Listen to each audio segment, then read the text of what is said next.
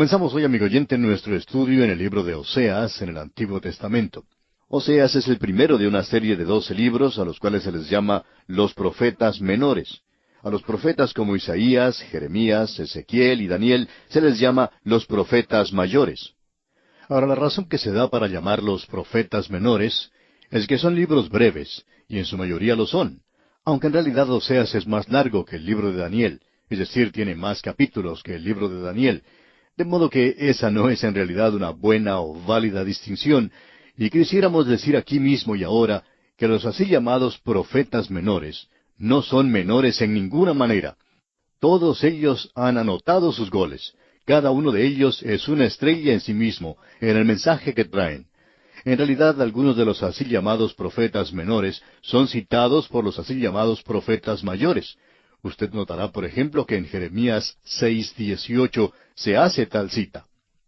Ahora, los promotores del Evangelio social han usado mucho a estos hombres, a estos profetas menores, debido al hecho de que ellos eran extremadamente nacionalistas. Ellos trataron con el hecho de que el pueblo de Dios había quebrantado la ley de Dios, los 10 mandamientos. Por tanto, está muy relacionado con las obras, las buenas obras. Por esa razón, el liberalismo se ha especializado en esto y en realidad no ha captado el mensaje central.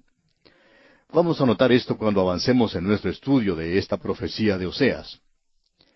Ahora, al abrir este libro, usted notará que Oseas fue un profeta de lo que se llama el reino del norte, es decir, el reino de Israel, como se le distingue del de Judá en la división de los dos. El primer versículo del capítulo 1 de Oseas dice: Palabra de Jehová que vino a Oseas, hijo de Beeri, en días de Usías, Jotam, Acaz y Ezequías, reyes de Judá, y en días de Jeroboam, hijo de Joás, rey de Israel.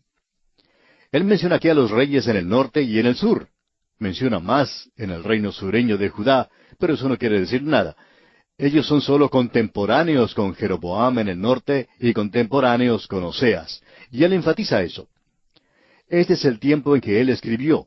Este es el profeta que podemos comparar con Jeremías en el reino del sur. Jeremías es el profeta del pueblo del sur. Ellos iban a la cautividad y él vivió para verla. Oseas, por su parte, estaba en el reino del norte, y ellos fueron llevados cautivos a Asiria, y él vivió para verlo. Jeremías y Oseas, pues, tienen muchas cosas en común. Como indicamos, Jeremías se levantó en realidad al mismo final del tiempo de la nación de Judá. Él predijo su cautividad, y ellos fueron a la cautividad. Oseas es el profeta del reino del norte. Él profetizó mucho antes que Jeremías, y dijo prácticamente lo mismo. Vamos a notar que la experiencia de estos hombres es muy similar en muchas maneras. Ambos hablaron con un corazón quebrantado. A Jeremías se le dijo que nunca se casara, se le mandó que no se casara. Él amaba a su nación y amaba a su pueblo, y él habló con un corazón quebrantado.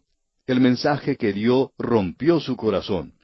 Dios quería esa clase de hombre porque revelaba así cómo Dios se sentía hacia él.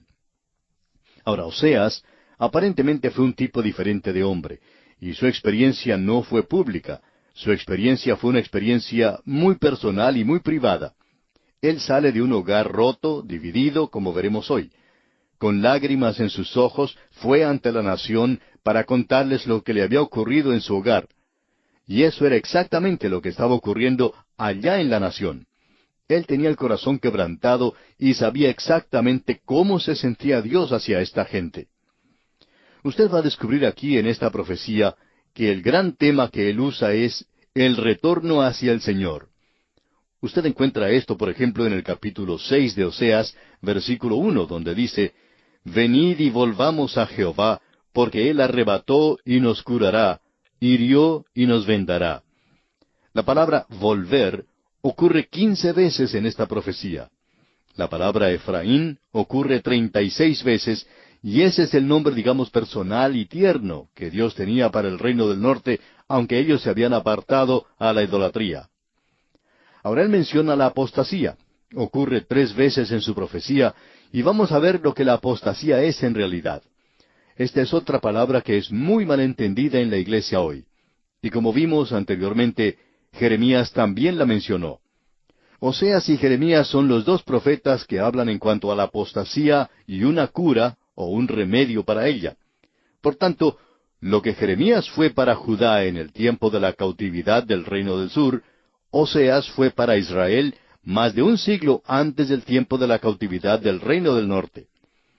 Ambos hablaron de una experiencia personal dolorosa. Hasta aquí, pues, la comparación que deseábamos hacer entre Oseas y Jeremías.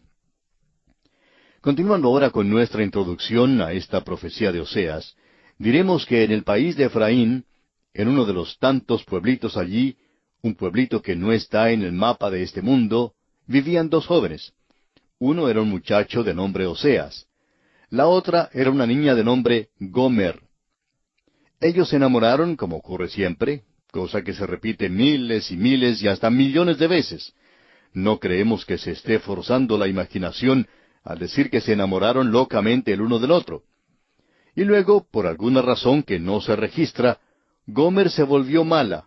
Ella recurrió aún a la profesión más antigua que la humanidad conoce. Gomer había hecho las cosas que no debió haber hecho, y Oseas quedó con el corazón destrozado. La vergüenza inundó su alma, y aunque tenía el recuerdo de la ley mosaica de llevarla ante los ancianos de la ciudad y hacerla apedrear, prefirió no hacerlo. Esto nos recuerda de otra historia que sucedió 700 años más tarde en ese mismo país, cuando un hombre llamado José estaba comprometido con una señorita de nombre María. La única diferencia es que José estaba equivocado. El ángel tuvo que aparecerle para aclararle la situación. Pero este hombre Oseas estaba en lo correcto, ya que Gomer era culpable. Y es en este punto en particular donde se abre el libro de Oseas. Escuche ahora usted lo que dice el versículo 2 del capítulo 1 de esta profecía. El principio de la palabra de Jehová por medio de Oseas. Dijo Jehová a Oseas: Ve, tómate una mujer fornicaria e hijos de fornicación, porque la tierra fornica apartándose de Jehová. Ahora ha habido aquellos que han hecho esta declaración, que lo que tenemos aquí no es nada más que una alegoría, que esto en realidad nunca sucedió. Pero tenemos que decir que tal juego con la palabra de Dios la disuelve de modo que se hace algo inofensivo, sin importancia y hasta enfermizo. Permítanos decirle, amigo oyente, que esto es algo que realmente sucedió. Encarémoslo. Dios le ordenó a este hombre Oseas que quebrantara la ley de Moisés y que se casara con esta mujer. Él le dijo: Ve, tómala y cásate con ella. La ley decía: apedréala. Pero él dijo: cásate con ella. Lo que Dios le ordenó a este hombre Oseas que hiciera debió haberle causado que se rebelara en cada fibra de su cuerpo. Pero este hombre Oseas no objetó. Él obedeció a Dios entera, completa e implícitamente, y fue y tomó a Gomer en santo matrimonio. Él le dio su nombre, y ella entró en su hogar. Escuche usted lo que el apóstol Pablo dice al hablar de esto en su primera carta a los Corintios, capítulo 6, versículo 16.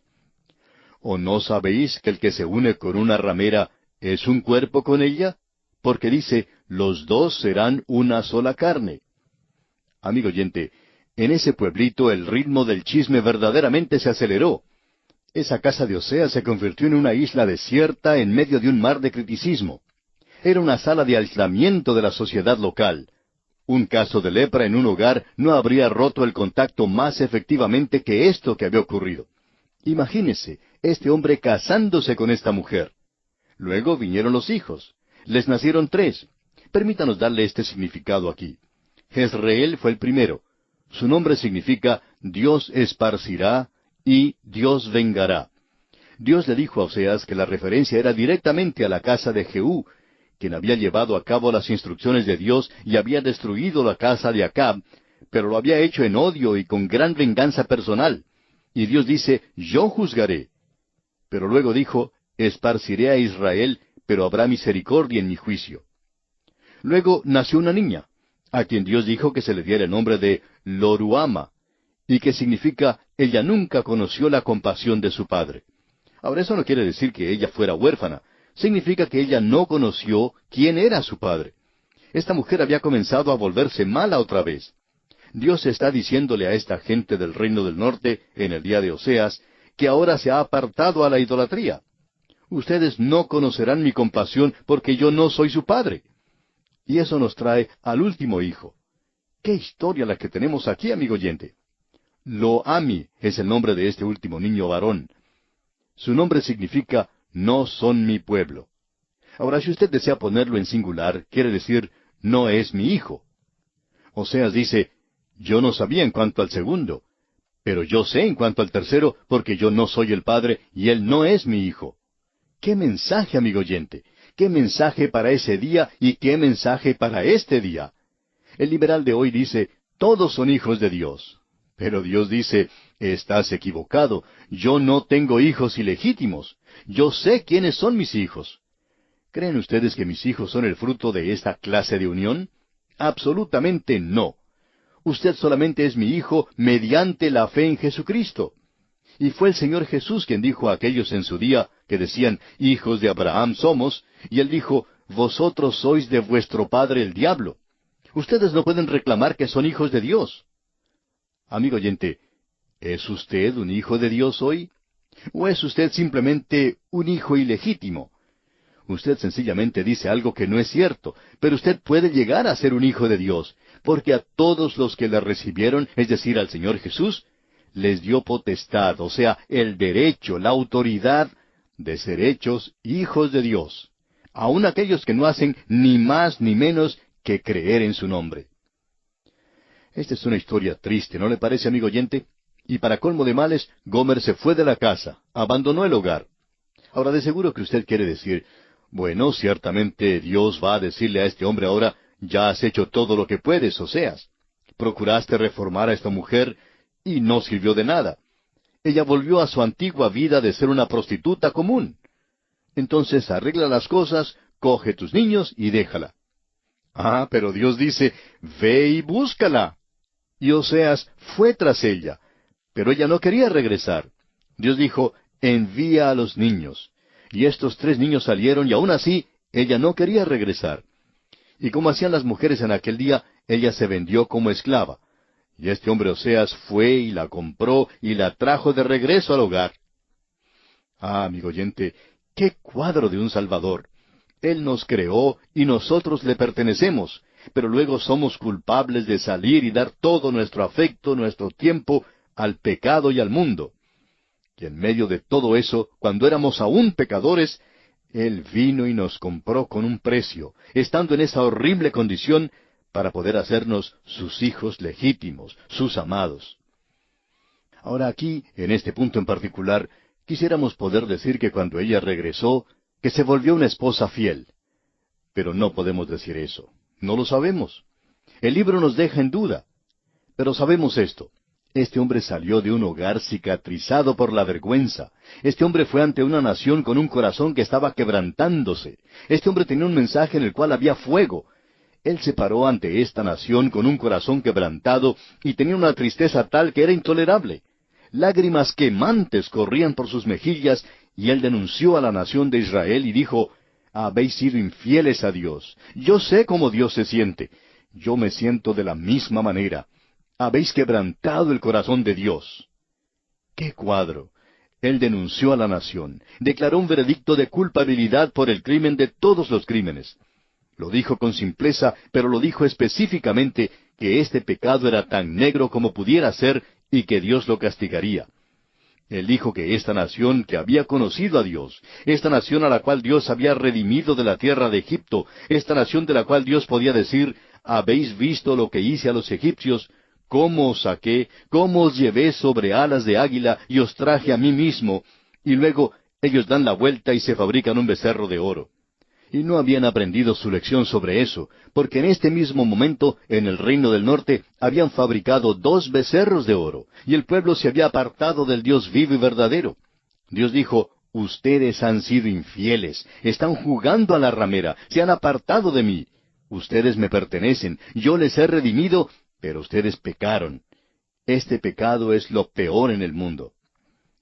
Ahora sabemos que hay personas que dirán, creo que la incredulidad es el pecado más grande. Amigo oyente, permítanos decirle que en un sentido, la incredulidad es el pecado más grande. Si hay algún pecado que sea imperdonable, ese es la incredulidad. Pero eso no es un acto, Es un estado, y todos nacemos en ese estado de rebelión contra Dios. Estamos en eso. Pero gracias a Dios, ese pecado es perdonable. Cristo murió para que cuando usted y yo ejercitáramos la fe en Jesucristo, entonces Él pudiera salvarnos. Y este pecado es perdonable. Pero la incredulidad es algo terrible, y no hay remedio para el que continúe en incredulidad. Porque el remedio es confiar en Cristo, y cuando continuamos en incredulidad, rechazamos el remedio. Luego, hay quienes le dicen a uno hoy que el mayor pecado es el pecado contra la luz. Bueno, eso se acerca un poco más. Para ser perfectamente francos con usted, amigo oyente, no creemos que haya hoy algo que sea tan malo como el pecar contra la luz. Permítame hacer esta declaración. Yo preferiría 10,000 veces más ser un hotentote en la parte más oscura de África que el estar sentado en una iglesia y volver la espalda al Señor Jesucristo. Hay gente que arguye y discute con uno en cuanto a lo que va a suceder al hotentote, pero nadie puede arguir, basándose en la palabra de Dios, en cuanto a lo que sucederá al hombre que peca contra la luz. Ese es un gran pecado, el haber oído el Evangelio y continuar indiferente o rechazarlo completamente. Y usted, amigo oyente, no puede ir a la presencia de Jesucristo y decir que nunca escuchó que Él murió por usted y que usted debe confiar en Él para ser salvo. Hay gente que entrará en su presencia y dirá eso. Pero ese, amigo oyente, no es el pecado más grande. ¿Cuál es entonces el pecado más grande de todos?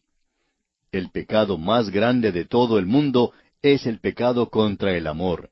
Es el peor pecado. No puede haber otro peor. Este es el mayor de todos, y ese es el mensaje de Oseas. Gomer no era solamente culpable de romper el voto matrimonial, lo cual es ya suficientemente malo, sino que ella pecó contra aquel que la amaba. El pecado en su peor expresión. Amigo oyente, el pecado contra el Dios y el Salvador que le ama a usted es peor que el animismo y el animalismo del mundo pagano. El pecado de hoy es nada comparado con el pecado de aquellos que pecan contra el amor de Dios. Es más profundo y más oscuro que la inmoralidad del bajo mundo y que el demonismo del mundo de los espíritus. Oseas sabía lo que era el pecado y sabía lo que era el amor. Y el pecado contra el amor hace la carga más pesada para el pecador. Israel conocía el amor de Dios, como ninguna otra nación lo conocía. Solo a ustedes, dijo Dios, entre todas las naciones del mundo, solo a ustedes he revelado este pecado. Pero gracias a Dios, Él va a triunfar. Para terminar, amigo oyente, permítanos destacar 3 versículos de esta profecía de Oseas que cuentan la historia de Dios. El primero se encuentra en el capítulo 4 de esta profecía de Oseas, versículo 17, que dice, Efraín es dado a ídolos, déjalo. Ahora Efraín es Israel. Y esos son los cargos, la acusación. Adulterio espiritual. Luego note usted la gran pasión latente de un Dios infinito en Oseas capítulo 11, versículo 8, donde leemos, ¿Cómo podré abandonarte, oh Efraín? ¿Te entregaré yo, Israel? Dios dice, yo no puedo abandonarte, te amo demasiado. Y esa es la razón por la cual Él le dijo a Oseas que volviera y trajera a esa mujer una segunda y una tercera vez. Él le dijo, Oseas, tú tendrás que saber cómo me siento yo. Ve a Israel. Luego, el tercero y último versículo que deseamos destacar se encuentra en Oseas capítulo 14, versículo 8, donde leemos, Efraín dirá, ¿qué más tendré ya con los ídolos? Yo lo oiré y miraré, yo seré a él como la haya verde, de mí será hallado tu fruto. Esa es la victoria, y Dios va a obtenerla. Habrá un día cuando Israel se apartará de los ídolos y volverá a Dios. Y esa es nuestra razón para creer que tal vez Gomer volvió y llegó a ser una buena esposa y una buena madre. No lo sabemos, pero sabemos que Dios va a triunfar. Y el cuadro es el cuadro de la nación de Israel. Ahora quizá alguien diga, pero ¿tiene eso alguna aplicación para nosotros hoy? Sí, la tiene. ¿Encaja esta espantosa descripción de adulterio espiritual en la iglesia de hoy? Bueno, a la iglesia se le llama la novia de Cristo.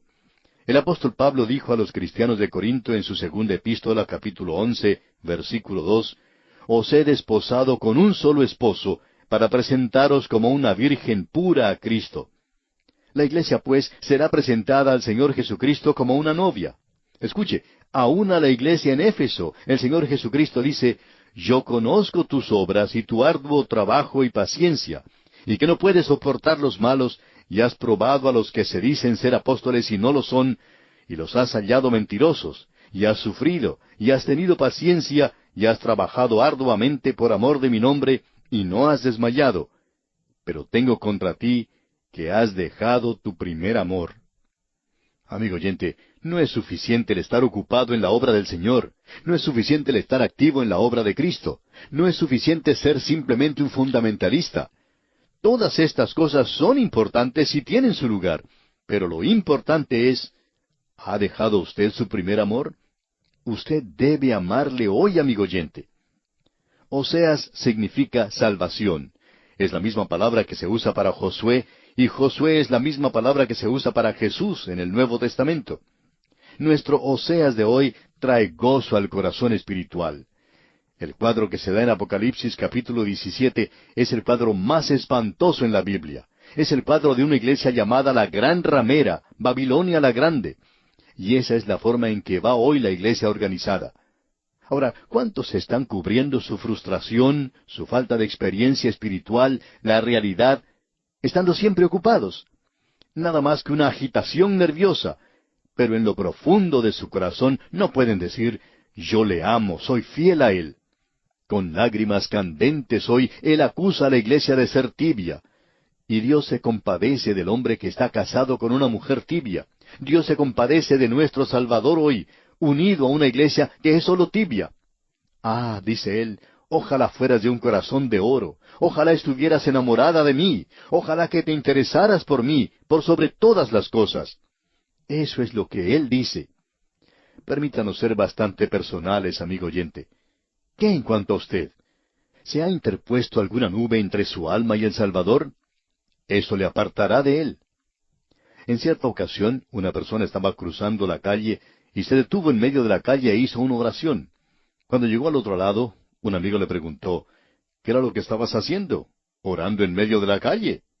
Y esta persona respondió, una nube se interpuso entre mi alma y Cristo, y yo no podía dejar que se quedara allí hasta que llegara al otro lado de la calle. ¿Qué en cuanto a usted hoy, amigo oyente?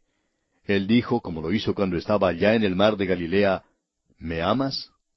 Eso es lo importante. Es tan importante hoy oírlo decir, en esto consiste el amor, no en que nosotros hayamos amado a Dios, sino que Él nos amó a nosotros y envió a su Hijo en propiciación por nuestros pecados. Si usted, amigo oyente, se encuentra sin Cristo, no se sienta consolado con este mensaje, porque usted puede apagar su receptor ahora mismo o después de terminar el programa y luego volver la espalda al Salvador que simplemente dijo, porque de tal manera amó Dios al mundo, que ha dado a su Hijo unigénito, para que todo aquel que en Él cree no se pierda, mas tenga vida eterna. Cuando usted rechaza a Cristo Jesús hoy, amigo oyente, usted no solamente está haciendo algo que es malo, no solamente se está apartando en incredulidad. Usted está cometiendo el pecado más grande de todos. Usted está apartándose de nuestro Dios que le ama.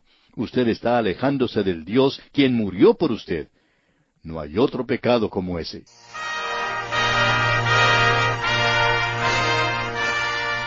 Oseas.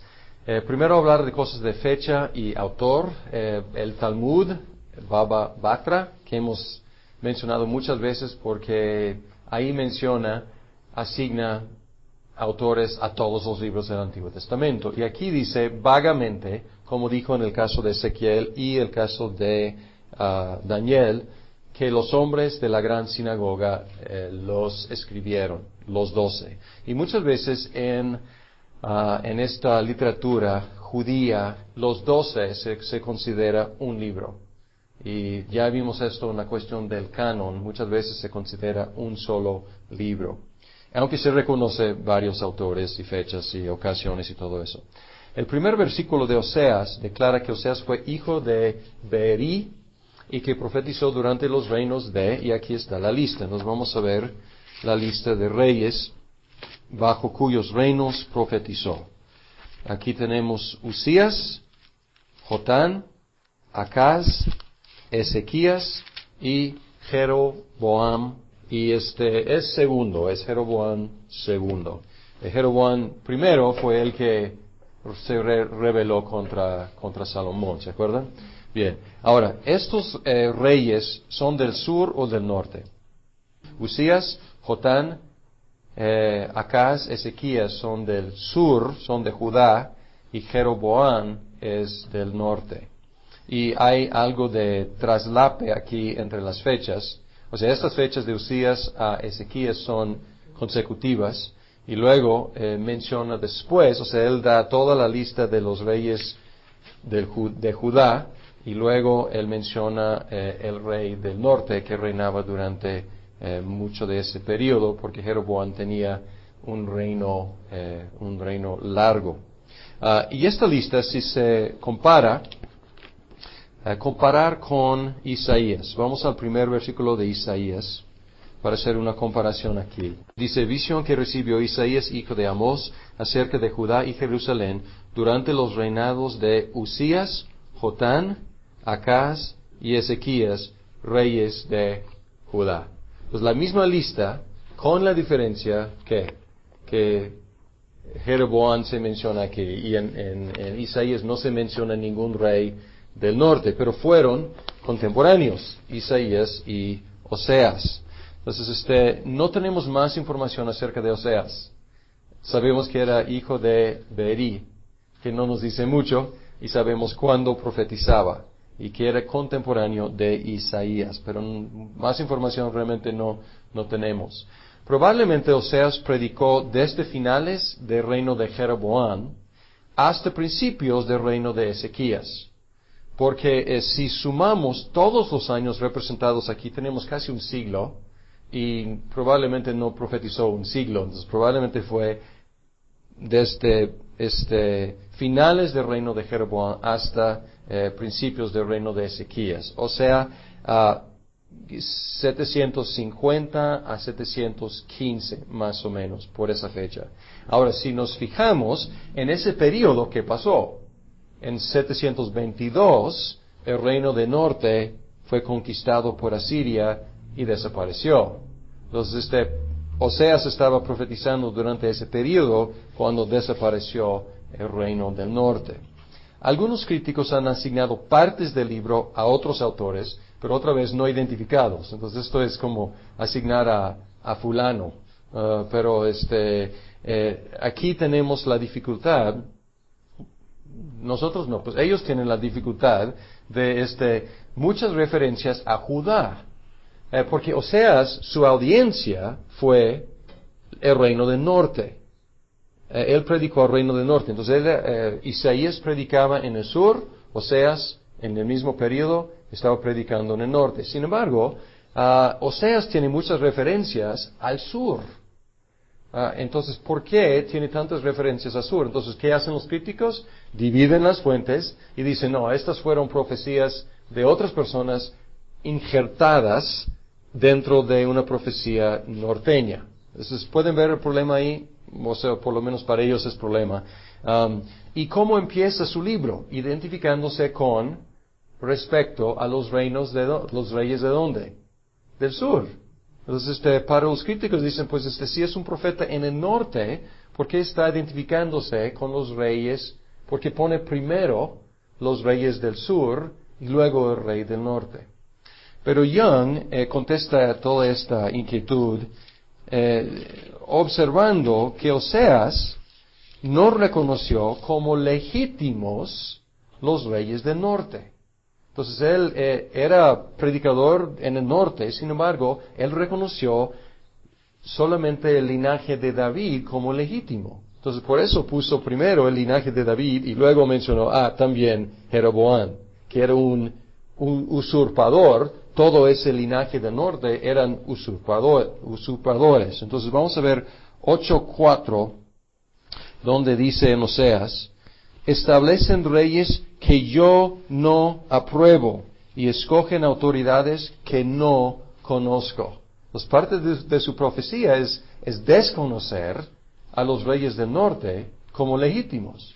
Entonces, a pesar de ser del norte, su corazón, o no su corazón necesariamente, pero su reconocimiento de la legitimidad era en el sur.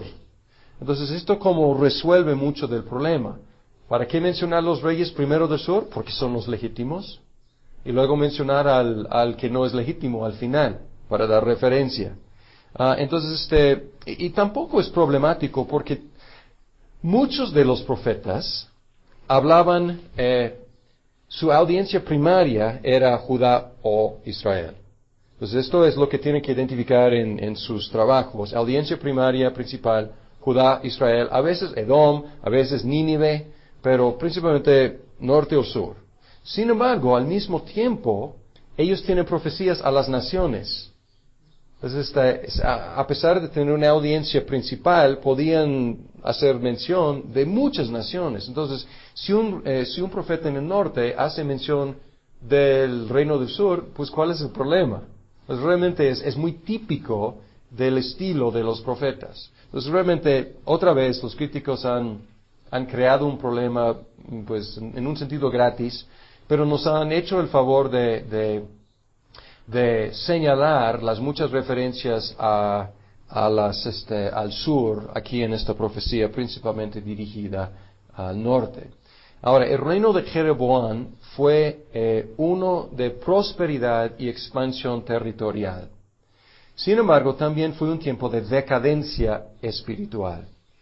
Y después de Jeroboam, la situación política en Israel deterioró precipitadamente con 5 reyes de corta duración, 4 de los cuales fueron asesinados y 1 depuesto. Entonces pueden imaginar un tiempo de caos y decaimiento muy rápidamente después de Jeroboam.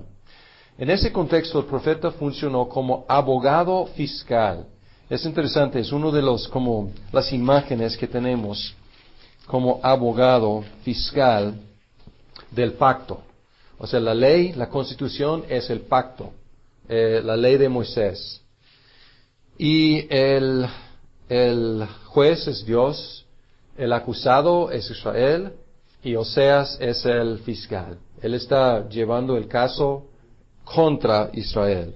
Y podemos ver este papel en Oseas 4. Dice, escuchen israelitas la palabra del Señor. Escuchen israelitas la palabra del Señor, porque el Señor va a entrar en juicio contra los habitantes del país. Son las palabras introductorias del fiscal. Va a anunciar su caso, presentar su caso. Y luego empieza. Pues aquí es el discurso y si podemos seguir leyendo, pero si leen todo el capítulo 4, pueden escuchar el fiscal presentando evidencia tras evidencia, tras evidencia, y habla de que ya no hay entre mi pueblo fidelidad ni amor, ni conocimiento de Dios. Cunden más bien el perjurio y la mentira. Abundan el robo, el adulterio y el asesinato.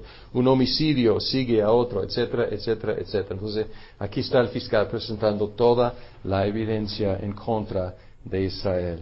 Entonces, es como el papel, sobre todo de Oseas, o sea, se encuentra en otros libros, pero aquí se presenta en términos muy legales. Bien, estructura. Oseas puede dividirse en 3 secciones. La relación entre Dios e Israel se ilustra en la relación de Oseas con Gomer, su esposa. Y luego tenemos un ciclo profético y luego tenemos un segundo ciclo profético. Entonces así se puede dividir y así muchos lo dividen. La primera sección sobre Oseas y Gomer es la más conocida y es interpretada en 2 formas. Y si leyeron a Young con atención, vieron que él está luchando entre las 2 formas de leer este texto. Y él opta por una de las opciones. Una manera de leer esta historia es como historia literal, que en serio, de veras, textualmente, literalmente, el profeta se casó con una prostituta y tuvieron hijos. Otros encuentran esta interpretación literal ofensiva, hasta imposible que un profeta se case con una ramera. Y por lo tanto, ellos optan por una interpretación parabólica. Y dicen que esto no es lo que pasó precisamente en la historia, más bien era tipo como visión. Porque hay muchas visiones en los profetas, hay visiones, hay parábolas, hay cuentos ilustrativos, y algunos dicen, esto es lo que estaba pasando en el caso de Oseas y Gomer. Entonces, tiene algo de peso, y pudieron escuchar a Young optando por una interpretación parabólica, porque él encuentra ofensiva la interpretación literal, y esta objeción tiene algo de peso, pero hay que tomar en cuenta algunas cosas. Se presenta, y Young lo dice, y todos lo dicen, se presenta como historia. No se presenta como con introducción parabólica, no se introduce como si fuera un cuento, una visión, se presenta tal cual como historia. Entonces, interpretando las pistas, digamos, literarias, diríamos, pues se presenta como historia, es historia. Entonces, esto como es un argumento muy pesado. También, aunque la idea es desagradable, pues un matrimonio entre profeta y ramera, no hay prohibición en la Biblia. Entonces nos puede ofender, pero no es pecado. Entonces no hay ningún obstáculo, digamos, moral aquí. O sea, puede ser desagradable, puede ser sorprendente, puede ser lo que sea, pero realmente no fue pecado. En un sentido, al contrario. O sea, fue algo muy noble por parte de Oseas. Entonces realmente no hay un obstáculo moral aquí. Y el último punto, y para mí es muy pesado el punto principal de la historia es que Dios hizo lo mismo con Israel. Y si estamos ofendidos o celosos por proteger la santidad del profeta, pues mucho más, pues la santidad de Dios. Entonces es ofensivo la idea de profeta y una ramera en matrimonio. Más ofensiva es la idea de Dios santo con un pueblo asesino, adúltero, idólatra, etcétera, etcétera, etcétera. Pero es exactamente el punto. Entonces no debemos como minimizar esa ofensa. No debemos como quitar el aguijón de esta parábola. Aunque esta historia, caí o sea, obviamente mi perspectiva es que es histórico. Entonces no estoy con Young en eso. Pero el punto, si es parábola o si es historia, el punto es exactamente el mismo. La interpretación es la misma. Sin embargo, para mí es mucho más fuerte la interpretación y la aplicación si realmente fue una historia que si fue solamente una parábola. Pero la interpretación es la misma, no afecta mucho la interpretación. Pero este es un asunto, si están registrando en sus hojas asuntos hermenéuticos, pues este es un asunto hermenéutico. O sea, este es uno de los principales en Oseas. Bien, como ya dije, bajo cualquier interpretación, y hay variantes. Yo presenté los dos principales, pero hay variantes. O algunos quieren como guardar al profeta diciendo, él se casó con ella y luego supo que era ramera, había sido ramera. O sea, como tratando de proteger a Oseas, pero realmente para mí es contraproducente ese tipo de interpretación, porque Dios ha mostrado su amor a Israel infiel. Es el punto. Ahora, otra dificultad es la relación entre los capítulos 1 y 3. En el capítulo 1 se casa con ella, tienen hijos. Y luego en 2, hay un sermón, hay una aplicación de esta relación a Israel, a Dios e Israel. Y luego en 3 dice que Él la redime, la compra. Entonces, ¿cuál es la relación entre 1 y 3? Primero, ¿es la misma mujer? Segundo, ¿son consecutivos? ¿Es algo que pasó y luego otra cosa que pasó? ¿O están relatando el mismo evento? O sea, en 1 habla de su matrimonio y en 3 nos da información de que Él la había redimido, la había comprado para rescatarla, para que fuera su esposa. La forma más natural, y yo no digo que sea la única, pero la forma más natural de leer estos capítulos es como consecutivos y hablando de la misma mujer. Que había regresado a su inmoralidad. Y esta interpretación lo hace hasta más fuerte la aplicación. porque no solamente había sido ramera, sino después de estar casada con Oseas, regresó a su inmoralidad y él tuvo que ir otra vez y comprarla. Entonces, si es la interpretación correcta, su aplicación es más fuerte. No solamente Dios se había enamorado, no solamente había amado una novia que había sido inmoral, sino seguía ella siendo inmoral y Dios seguía buscando, redimiendo, comprando, rescatando a esa esposa infiel. Entonces es más fuerte aún la aplicación a Dios e Israel. Ahora, como en el caso de Isaías, los nombres de los hijos de Oseas y Gomer son simbólicos. Vamos a ver Oseas 1:6 y también 1:9, hablando de sus dos hijos. La primera, la hija, se llamó Lo-Ruhama. Y aquí una pista, si están usando la nueva versión internacional, que yo uso para lectura, pero no uso tanto para hermenéutico, para exégesis, hay que leer las notas que están abajo, porque en las notas muchas veces hay información acerca de lo que dice literalmente, muchas veces dices lit. Por ejemplo aquí, dice en 1:6, dice, Gomer volvió a concebir y dio a luz una niña. Entonces el Señor le dijo a Oseas, pone por nombre indigna de compasión. Y vamos abajo y dice, indigna de compasión, Lo-Ruhama. Y aquí lo en hebreo es la negación y Ruhama Lo-Ruhama es no amada. Entonces la interpretación es indigna de compasión, pero es más fuerte, literalmente no amada. Y luego tenemos en 9, dice, entonces el Señor le dijo a Oseas, ponle por nombre pueblo ajeno. Y aquí es lo a mí.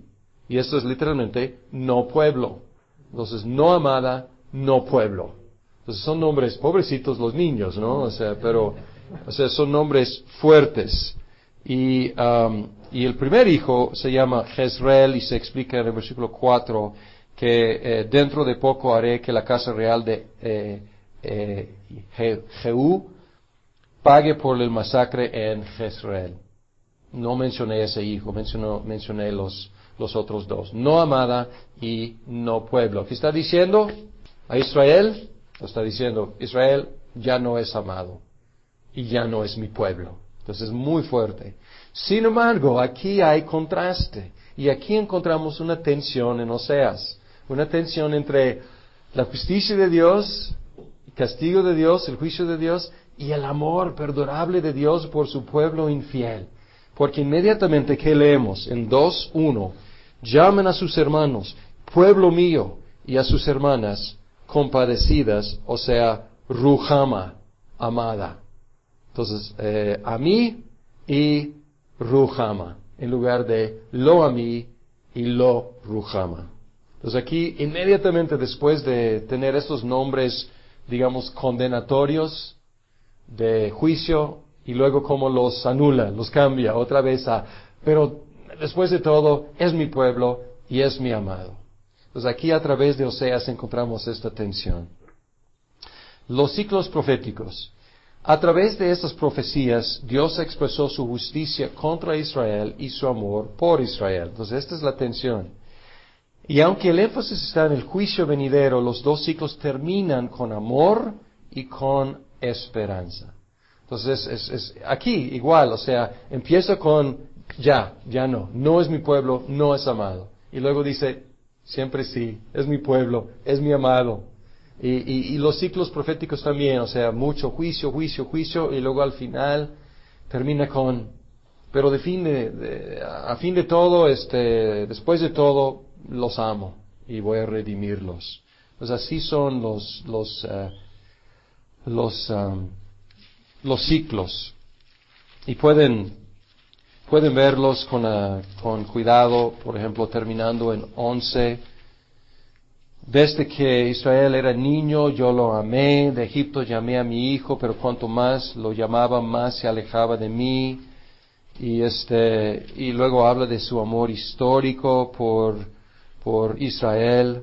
Y también en el versículo 8 es como muy conmovedor. Dice, ¿cómo podría yo entregarte, Efraín? ¿Cómo podría abandonarte, Israel? Yo no podría entregarte como entregué a Adma. No podría abandonarte como a Zeboyim. Entonces aquí está como luchando Dios con su misma actitud hacia su hija, hacia su esposa, digamos, en la imagen aquí. Entonces aquí está la lucha en Oseas, digamos. Técnicas literarias. Oseas ocupa un territorio entre prosa y poesía. ¿Es prosa poética o es poesía prosaica? No sé, pero ocupa un territorio inter. Y como poesía emplea metáforas y símiles. Se pueden dividir estas metáforas y símiles entre hablando de Dios o hablando de Israel, y hablando de Dios Dios o Israel en forma positiva o en forma negativa. Entonces podríamos dividir en estas cuatro categorías. Dios se presenta como, y aquí está la lista, y yo saqué esto de Dillard y Longman, un marido celoso, un pastor frustrado, una polilla o una carcoma destructora, un león feroz, un cazador, un marido perdonador, un médico que sana, la lluvia restauradora, un padre amoroso, un león protector, un rocío que da vida y un pino fértil. Muchas imágenes, muchas metáforas símiles acerca de Dios. Y algunos podemos contrastar un león feroz con ¿qué? Un león protector. Entonces aquí es el contraste. Un león feroz es para devorar, un león protector es para guardar y cuidar. Israel se presenta como una esposa infiel, un rocío evaporado, hornos encendidos, una paloma torpe, un arco engañoso, un asno salvaje, sembrador de vientos y cosechador de tempestades, ramas arrastradas por el agua, una novilla que resiste el yugo. Ahora, ¿qué observan de estas imágenes sobre Israel? Todas negativas. Con Dios, algunas negativas, otras positivas. Aquí, todas negativas, exacto. Así es. Vamos a ver, como siempre, temas principales.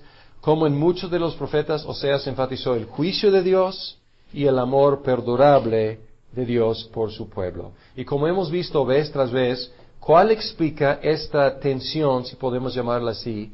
El pacto mismo. Porque en el pacto, ¿qué hay?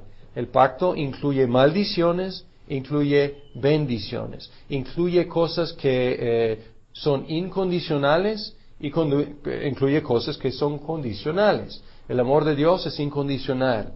La bendición en la tierra es condicional.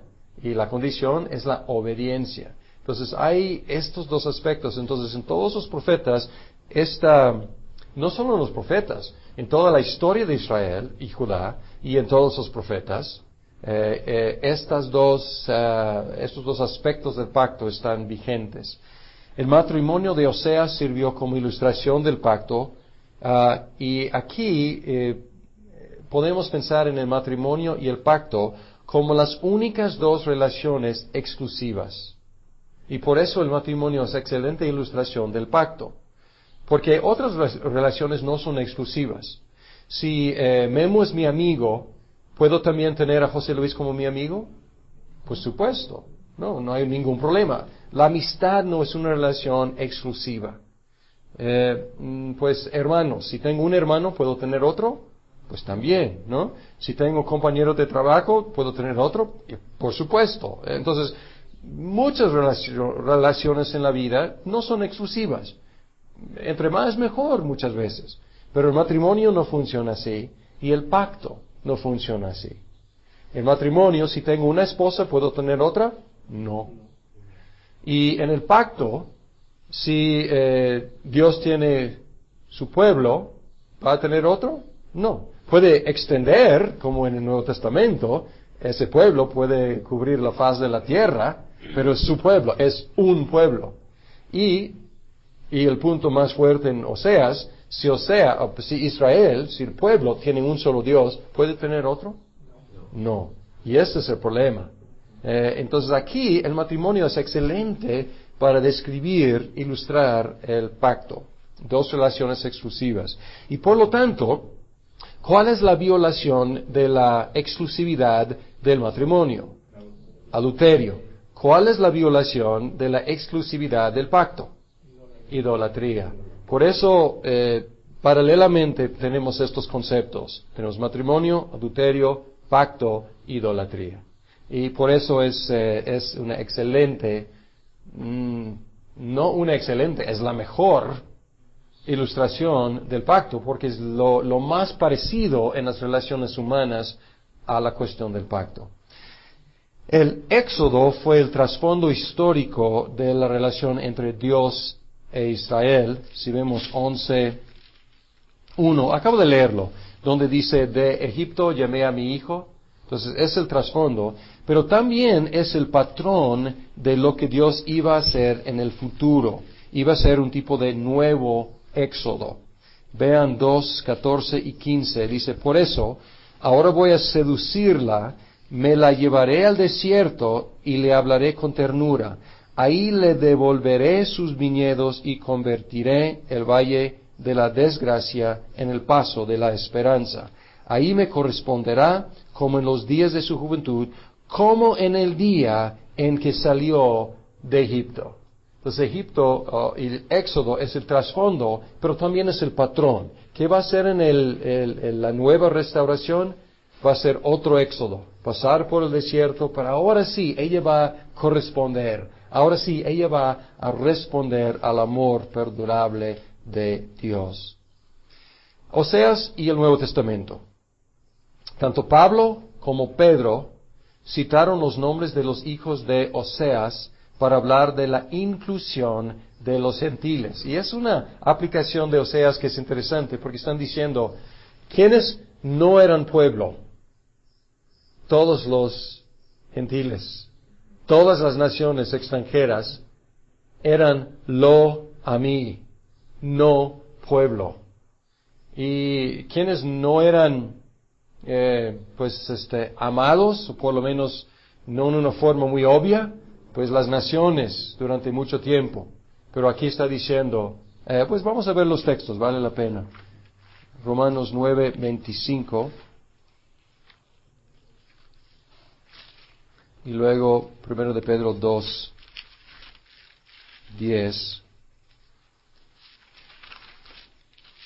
9:25 dice, así lo dice Dios en el libro de Oseas, llamaré mi pueblo a los que no son mi pueblo, y llamaré mi amada a la que no es mi amada. Y sucederá que en el mismo lugar donde se les dijo, ustedes no son mi pueblo, serán llamados hijos del Dios viviente. Y en 24 dice, esos somos nosotros, a quienes Dios nos llamó, no solo de entre los judíos, sino también entre los gentiles. Entonces está diciendo, ahora, la aplicación aquí es como, antes judíos y gentiles juntos era pueblo. No, al contrario, eran distancionados, enemigos hasta. Pero ahora lo que no era pueblo, gentiles y judíos juntos, ya son pueblo de Dios, amados de Dios. Y Pedro hace una aplicación semejante, 1 de Pedro 2:10, que dice, ustedes antes ni siquiera eran pueblo, pero ahora son pueblo de Dios. Antes no habían recibido misericordia, pero ahora ya la han recibido. Y aquí está hablando a los gentiles. Entonces la aplicación es semejante, pero un poco diferente. Pablo está diciendo, ahora judíos y gentiles juntos son pueblo. Y aquí Pedro está diciendo, ustedes que los gentiles ya son pueblo. Otra aplicación es que Pablo citó la burla que Oseas hizo de la muerte en su conclusión triunfante sobre la resurrección de Cristo, donde Pablo le cita diciendo, ¿dónde está, oh muerte, tu aguijón? ¿Dónde está tu victoria? Esta burla viene de Oseas 13:14. Vamos a ver. 13:14. Dice, ¿habré de rescatarlos del poder del sepulcro? ¿Los redimiré de la muerte? ¿Dónde están, oh muerte, tus plagas? ¿Dónde está, oh sepulcro, tu destrucción? Aquí viene la burla triunfante que Pablo dice de la resurrección de Cristo. Y luego Mateo 2:15 cita Oseas 11:1 para comparar a Jesús con Israel en su subida de Egipto.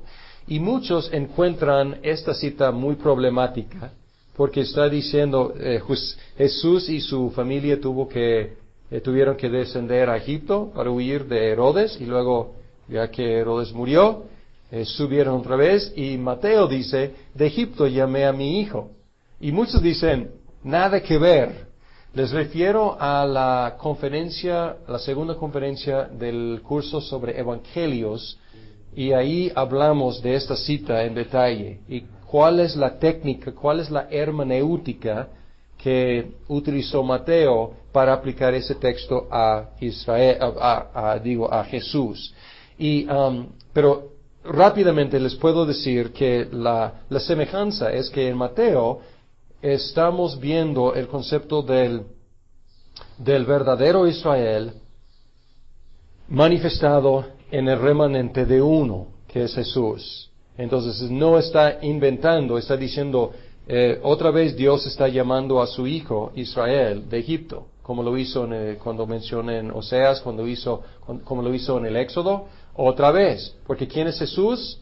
Es el Israel, es el remanente fiel, es el verdadero Israel. Entonces hay esta similitud, esta conexión, no solamente ligerita o alegórica, sino histórica, entre Israel e Israel, que es Jesús. La analogía entre el pacto y el matrimonio llega a su clímax en Efesios 5:22 a 33. Y ahí Pablo está hablando de Cristo y la iglesia, y está hablando de matrimonio, y luego dice, este misterio es grande, pero me refiero a Cristo y la iglesia. Entonces aquí llega a su clímax en Efesios. Y aquí tenemos en Oseas la conexión hecha, y en Efesios la conexión realizada. Bien, vamos a hablar de Joel. Autor y fecha. El primer versículo declara que Joel fue hijo de Petuel, lo cual es la única información que tenemos acerca de Joel. Entonces, si tienes una pregunta en un examen, ¿quién fue Joel? La respuesta es, hijo de Petuel. Que es lo único que sabemos acerca de él. Muy difícil fechar el libro, porque no sabemos quién era, y las fechas propuestas han variado entre el 9º siglo antes de Cristo hasta el 2º siglo antes de Cristo. Entonces aquí tenemos un variante enorme, 7 siglos. Entonces es imposible ser dogmáticos aquí y decir fue en esta fecha, la verdad. Dillard y Longman presentan la evidencia interna y concluyen tentativamente que la propuesta de un tiempo después del exilio en el 6º o 5º siglo es la mejor. Entonces, pues, es su idea y ellos presentan sus argumentos, pero ni siquiera ellos están diciendo así tiene que ser, pero pueden revisar sus argumentos y pueden fecharlos si quieren, si les convencen los argumentos que no voy a presentar aquí, pues pueden poner ahí 6º, 5º siglo, algo así. O si encuentran otro argumento, pues adelante. Bien, estructura. La plaga de langostas, el día del Señor, gran desastre, capítulo 2, primera parte, y luego la respuesta del Señor, sanidad. Luego otra vez el día del Señor, y el día del Señor explicado más, salvación para Israel, juicio para las naciones, bendición para Israel. Entonces el día del Señor aparece aquí y aparece como gran desastre y aparece como salvación. Bien. Una de las dificultades mayores en la interpretación de Joel es la relación entre la plaga de langostas en el capítulo 1 y el juicio descrito en el capítulo 2, 1 al 11. En general, capítulo 1 se interpreta como una descripción de una plaga de langostas histórica, algo que pasó en la historia de Israel. Y probablemente había muchas plagas de langostas en la historia de Israel y no sabemos cuál. La sección 2, 1 al 11 se interpreta como, y aquí hay 3 opciones, otra descripción de la misma plaga, o quizás una plaga subsecuente, o sea, algo que, sí, que pasó, que la siguió, como 2 plagas, una y luego otra, o quizás una descripción de la invasión de un ejército extranjero y la descripción inspirada por la plaga de langostas. O sea, pensando en la plaga de langostas, ¿ustedes pensaban que eso estuvo mal? Ahora viene algo peor, es ejército. O una descripción del día del Señor y también la descripción inspirada por la plaga de langostas. Pues aquí otra vez es como la plaga de langostas, pero viene algo pues mucho mayor que una otra plaga. Y pues yo les refiero al libro, pues léanlo para ver cómo ven la relación entre estas dos secciones. Pues yo puedo decirles que yo opto en general por el número 3. ¿Número 3? Letra 3, ¿no? Letra 3, descripción del día del Señor como plaga de langostas, pero aguas cuidado, porque viene algo mucho mayor que es el día del Señor. Género. Intentando interpretar la falta de información histórica de Joel, Dillard y Longman tienen una sugerencia que creo que no es original con ellos. Ellos sugieren que fue un lamento nacional atemporal, semejante a un salmo de lamento. ¿Cuándo se usa un salmo de lamentación? Cuando sea necesario, cuando haya momento de tristeza, de dolor, de tragedia. ¿Y cuándo es eso? Pues cuando sea. Entonces, ¿cuál es la fecha de un salmo de lamento? Pues se utiliza cuando sea necesario. Y ellos están diciendo que Joel es posiblemente algo semejante. Por eso, en un salmo de lamentación faltan pistas concretas históricas. Y aquí en Joel faltan pistas concretas históricas. Por eso, fechas desde el 9 hasta el 2 siglo. Nos están diciendo, podría haber sido usado en un contexto litúrgico en el templo durante crisis nacionales. Y entonces, en un sentido, Dillard y Longman están tratando de como sacar virtud de ignorancia, o sea, decir que no tenemos pistas, no sabemos las fechas, y a lo mejor fue adrede, a lo mejor fue a propósito, esa falta de información histórica, porque fue algo atemporal, usado cuando hubiera sido necesario. Una posibilidad como género. Temas principales. Como muchos de los profetas, Joel enfatizó soberanía de Dios sobre su pueblo y las naciones. Es algo clásico de los profetas. Dios reina sobre su pueblo, también las naciones. Además, los 2 temas de la justicia de Dios y el amor de Dios, otra vez, son prominentes. Entonces es un patrón en los profetas en general. Pero aquí hay algo interesante. Hay una reversión del concepto del día del Señor. Los judíos esperaban el día del Señor para que Dios se vengara de todos los enemigos de Israel. Y aquí Joel advirtió que el día del Señor sería duro para Israel también. Porque ellos esperaban que viniera el día del Señor. Y Joel dice, ¿de veras? Y hace la pregunta, el día del Señor es grande y terrible, ¿quién lo podrá resistir? En 2:11. Israel ahí confiado, diciendo, pues, nosotros sí, pero, pues, Joel está diciendo, ¿de veras? ¿Ustedes pueden? Entonces es una reversión del concepto. En el Nuevo Testamento, ¿cómo funciona Joel? Dice, para explicar el derramamiento del Espíritu Santo, en Hechos 2, Pedro citó Joel 2:28 al 32. Y esta cita del texto indica varias cosas. Indica que el día del Señor ha venido, por lo menos en parte, con la primera venida de Cristo. Entonces, citando este texto, está identificando cuándo es el día del Señor. Y en parte, por lo menos, es cuando vino Jesucristo. Y también tenemos una respuesta al deseo de Moisés. Moisés en Números 11:29, Moisés le respondió, ¿estás celoso por mí? Porque aquí Eldad y Medad estaban profetizando dentro del campamento, y Josué, hijo de Nun, dice que dijo a Moisés, Moisés, Señor mío, deténlos. Y luego Moisés respondió, ¿estás celoso por mí? ¿Cómo quisiera que todo el pueblo del Señor profetizara y que el Señor pusiera su espíritu en todos ellos? Entonces aquí tenemos el deseo de Moisés, la profecía de Joel diciendo que algún día esto va a pasar, que Dios va a poner su espíritu no solamente sobre ancianos, sino también jóvenes, no solamente sobre hombres, sino también mujeres, no solamente sobre libres, sino también esclavos. En otras palabras, todo el pueblo de Dios va a tener el Espíritu, y por lo tanto, todo el pueblo de Dios tiene una función profética. El Espíritu Santo es para que profeticemos. Y otra cosa de la cita de que hace Pedro de Joel, que es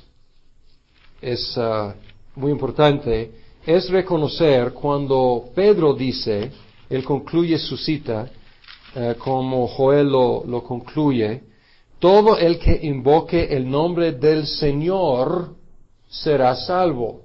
Ahora en Joel, ¿quién es el Señor? Es Dios, es Yahvé. Y aquí, ¿a quién está aplicando este texto Pedro? A Jesús. Entonces es una fuerte afirmación de la deidad, la divinidad de Jesús, la identidad entre Jesús y Dios Yahvé.